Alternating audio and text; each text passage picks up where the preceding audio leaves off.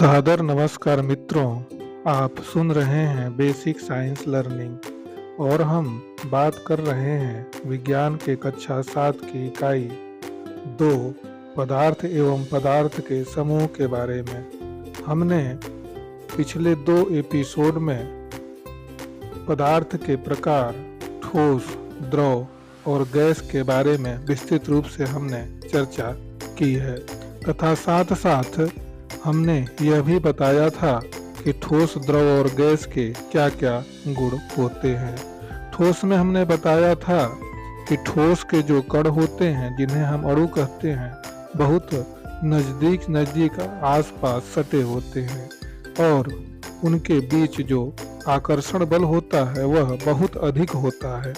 इसलिए ठोस का आकार एवं आकृति दोनों निश्चित होता है। वही हमने द्रव के बारे में बताया था कि द्रव एक ठोस की अपेक्षा उसके जो अणु होते हैं वह दूर दूर होते हैं और उसके बीच जो आकर्षण बल होता है, अर्थात उनके अणुओं के बीच जो आकर्षण बल होता है वह ठोस की अपेक्षा कम होता है। इसलिए इसका आकार अनिश्चित होता है जबकि आयतन निश्चित होता है। उसी प्रकार गैस के बारे में हमने बताया था कि उसके अणु दूर दूर होते हैं, इसलिए आयतन एवं आकार दोनों अनिश्चित होता है। अब हम उसके आगे जल के सापेक्ष भार के आधार पर हम यह बताने का प्रयास करेंगे कि कौन जल से भारी है और कौन हल्की है। उसके आधार पर हम वस्तुओं का वर्गीकरण करते हैं। कुछ पदार्थ जल के अपेक्षा भारी तथा कुछ हल्के होते हैं। जो वस्तुएं जल में सामान्यतया तैरती हैं वे जल से हल्की तथा जो डूब जाती हैं वे जल से भारी होती हैं। जल में कुछ पदार्थों को डालकर यदि हम देखें तो पाएंगे कि कुछ पदार्थ तो जल में डूब जाते हैं जबकि कुछ पदार्थ तैरते हैं और कुछ पदार्थ डूबते हुए तैरते हैं। तो इस शारीरिक आधार पर यदि हम सरसों के तेल की बात करें तो वह जल में तैरता है और इसलिए वह जल से हल्का है, जबकि मोम जल में तैरता है इसलिए जल से हल्का है। लोहे की कील जल में डूब जाती है अतः वह जल से भारी है। कांच की गोली जल में डूब जाती है इसलिए वह भी जल से भारी है। लकड़ी का टुकड़ा वह यदि हम उसको जल में डालें तो वह तैरता है इसलिए लकड़ी का टुकड़ा जल से हल्का होता है। इस प्रकार हम कह सकते हैं कि जो भी वस्तुएं होती हैं यदि जल के सापेक्ष भार के आधार पर हम उसकी गणना करें तो पाएंगे कि कुछ वस्तुएं हल्की और कुछ वस्तुएं भारी होती हैं। इस आधार पर हम जल के सापेक्ष भार के आधार पर इनका जो भी घनत्व होता है वो तय करते हैं। अब पारदर्शिता के आधार पर वस्तुओं का हम अलग अलग वर्गीकरण करेंगे।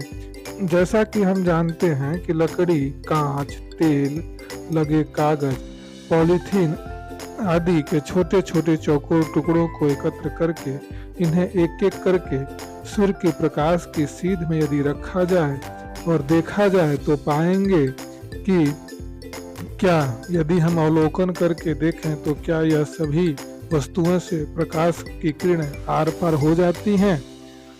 नहीं होती, क्योंकि कुछ वस्तुओं से जो सूर्य की किरणें होती है वह पार चली जाती हैं जबकि कुछ वस्तुओं के आर पार नहीं देखा जा सकता और जबकि कुछ पदार्थ ऐसे होते हैं जिनके द्वारा धुंधला या आंशिक रूप से आर पार देखा जा सकता है।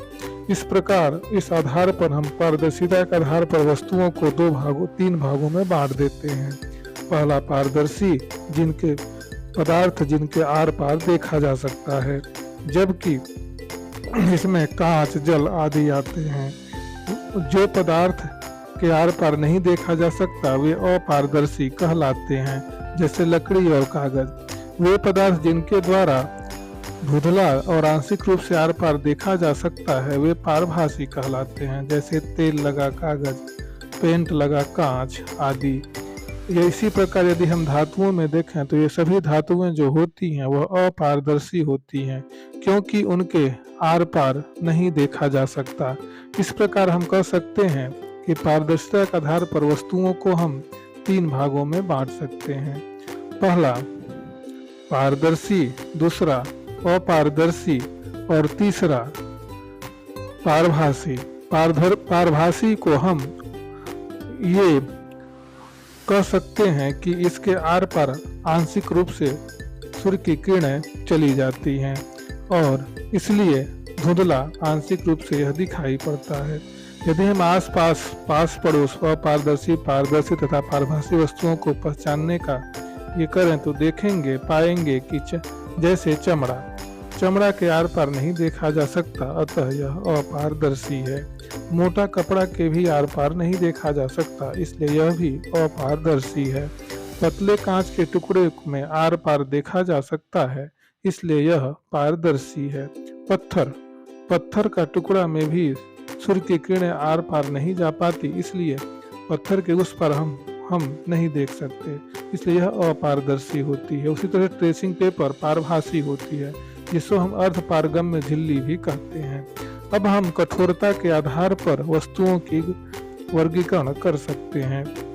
जैसे कुछ ठोस पदार्थ लोहा, लकड़ी, कांच के टुकड़े, रुई, ऊन, रबर की गेंद, स्पंज आदि हम लेते हैं तो एक एक करके उनको उंगलियों से दबाएं तो हम देखते हैं कि कुछ पदार्थ तो आसानी से दब जाते हैं और कुछ पदार्थ अंगुलियों को से दबाने पर नहीं दबते हैं। इस प्रकार हम इन गुणधर्मों के आधार पर इनको 2 भागों में बांट सकते हैं। पहला, जो पदार्थ आसानी से दब जाते हैं उन्हें ऐसे पदार्थों को मुलायम पदार्थ कहते हैं, जैसे रुई, रबर की गेंद, स्पंज। जबकि कुछ पदार्थ उंगलियों से नहीं दबते हैं, इसलिए इन्हें कठोर पदार्थ कहते हैं। जैसे कोई भी धातु, जैसा कि हम जानते हैं कि पारा एक द्रव धातु है, तो उसको छोड़ करके बाकी जो धातुएं होती हैं वे कठोर पदार्थ हैं। हमको जानना चाहिए कि जो धातुएं होती हैं उसमें ब्रोमीन जो होता है वह भी द्रव रूप में पाया जाता है। अब हम आगे चुंबक के सापेक्ष व्यवहार के आधार पर हम वस्तुओं की गणना करेंगे। इसके लिए हम प्रयोग भी कर सकते हैं और कई चीज़ों को सामने रख सकते हैं। अपने बस्ते से पेन, पेंसिल, रबर, चाक आदि हम ले सकते हैं। इसके अतिरिक्त लोहे की कुछ कीलें, लकड़ी का बुरादा, चाक पाउडर, प्लास्टिक के बटन, गोली और भी डाइस, कई भी ऐसी चीज़ें हैं, चाहे चाबी का छल्ला, ये सब वस्तुओं को पास लाके यदि हम देखें और चुंबक को वस्तुओं के पास लाते हैं तो क्या देखते हैं, कुछ वस्तुएं जो होती हैं वह चुंबक से चिपक जाती हैं और कुछ वस्तुएं चुंबक से नहीं चिपकती हैं। यह हम प्रयोग आसपास के चीज़ों को इकट्ठा करके कर सकते हैं। तो जो वस्तुएं हम कह सकते हैं कि जो वस्तुएं चुंबक से चिपक जाती हैं उन्हें हम चुंबकीय पदार्थ कहते हैं, जबकि जो वस्तुएं चुंबक से नहीं चिपकती हैं उनको हम अचुंबकीय पदार्थ कहते हैं। अर्थात हम यह कह सकते हैं कि चुंबक जिन पदार्थों को चिपका लेता है अर्थात अपनी ओर खींच लेता है या आकर्षित कर लेता है वे चुंबकीय, तथा जिन पदार्थों को आकर्षित नहीं करता है वे अचुंबकीय पदार्थ कहलाते हैं। चुंबक लोहे से बनी वस्तुओं को अपनी ओर खींच लेता है। लोहे से बनी वस्तुएं, निकिल से बनी वस्तुएं और कोबाल्ट से बनी वस्तुएं जो भी होती हैं, इन सभी को वह अपनी ओर खींच लेता है और बाकी चीजों को वह अपनी ओर नहीं खींच पाता। इसलिए इसके क्रियाशीलता के आधार पर, आकर्षण के आधार पर हम चुंबक जो पदार्थ होते हैं उनको 2 भागों में बांट लेते हैं। पहला चुंबकीय पदार्थ और दूसरा अचुंबकीय पदार्थ। इसका उपयोग हम कई प्रकार के अन्य उद्योगों में कर सकते हैं, चाहे वह शिक्षा के क्षेत्र में हो, चाहे वह चिकित्सा के क्षेत्र में, जैसे सीटी स्कैन मशीन हुआ या MRI मशीन जिसे मैग्नेटिक रेजोनेंस इमेजिंग कहते हैं। इस आधार पर हम इन चुंबकों का प्रयोग बड़ी आसानी से किया जा सकता है। इस प्रकार हम चुंबकीय और अचुंबकीय पदार्थों को अलग अलग बांट सकते हैं। तो मित्रों, जो जैसा कि हमने बताया कि जो पदार्थ चुंबक से चिपक जाते हैं, चाहे वह लोहे का बुरादा हो, निकिल हो, कोबाल्ट हो, इन धातुओं को वह आकर्षित कर लेता है, इसलिए ये चुंबकीय पदार्थ है। बाकी जो भी वस्तुएं होती हैं वे चुंबक से नहीं चिपक पाती, इसलिए ये अचुंबकीय पदार्थ है। इस प्रकार हम कह सकते हैं कि वस्तुओं को हम किसी भी आधार पर वर्गीकरण कर सकते हैं, चाहे चुंबक के सापेक्ष व्यवहार के आधार पर हो, या कठोरता के आधार पर, या पारदर्शिता के आधार पर। तो मित्रों, आज के इस एपिसोड में बस इतना ही। अगले एपिसोड में फिर मिलेंगे। धन्यवाद।